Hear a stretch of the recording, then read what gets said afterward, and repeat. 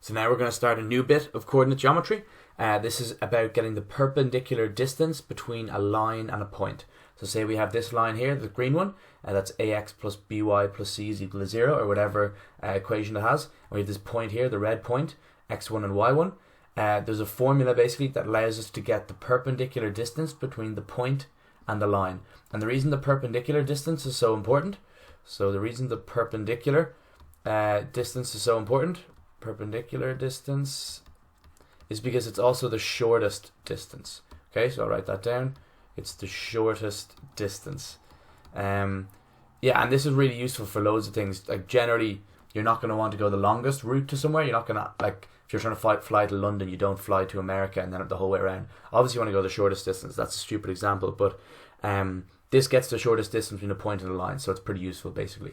So the formula is this one here. I just scribbled out in the yellow box. Okay, so d, which is the distance, is equal to the modulus. Remember, the modulus is always the positive value. And in the modulus you have a, which is this one here, x1, which is this point, plus b, this is b, y1. Okay, so you're mixing the line and the point, plus c, close the modulus, and then that's all divided by the square root of a squared plus b squared. Is that okay?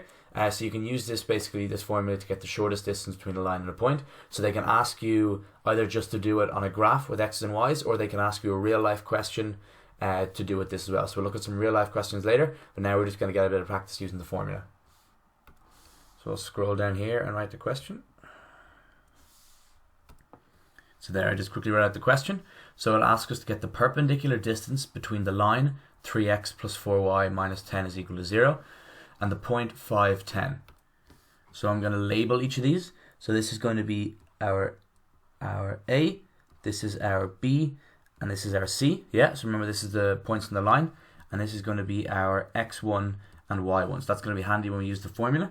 So I will scroll up a little bit, scroll down I mean, and I'll start by writing the formula. So d is equal to ax1 plus by1 plus c, close the modulus, divided by the square root of a squared plus b squared. Okay, so d is equal to a, which is 3, multiplied by x1 is going to be 5, plus b is 4, multiplied by y1, which is 10, plus c, which is minus 10. Okay, so I'm going to say plus minus 10, close the modulus.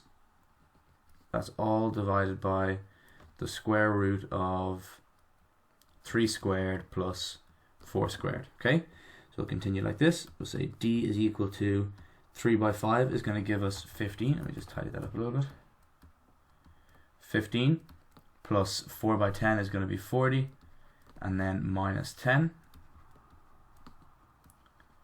divided by the square root of 9 plus 16. I'm going to continue on this, I don't have to scroll anymore.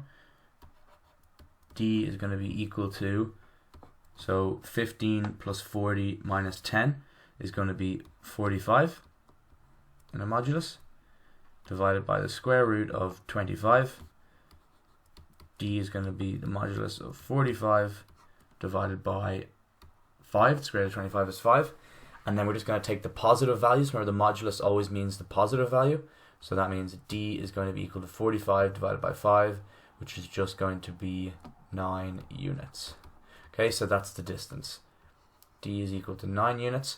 And that's all there really is to it. It's just about identifying the points and identifying the A, B, and C, and then sticking it into the formula, okay? So when it's asking a basic question like that, it's handy enough you can just stick it into the formula, so you don't need to draw a picture or anything like that.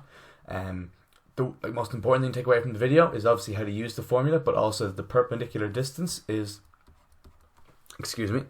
the shortest distance, okay? So you need to know that, because that's something they won't tell you in the exam, and they could ask you to find the shortest distance between a point and a line, and you'll have to realize the shortest distance is the perpendicular distance, okay?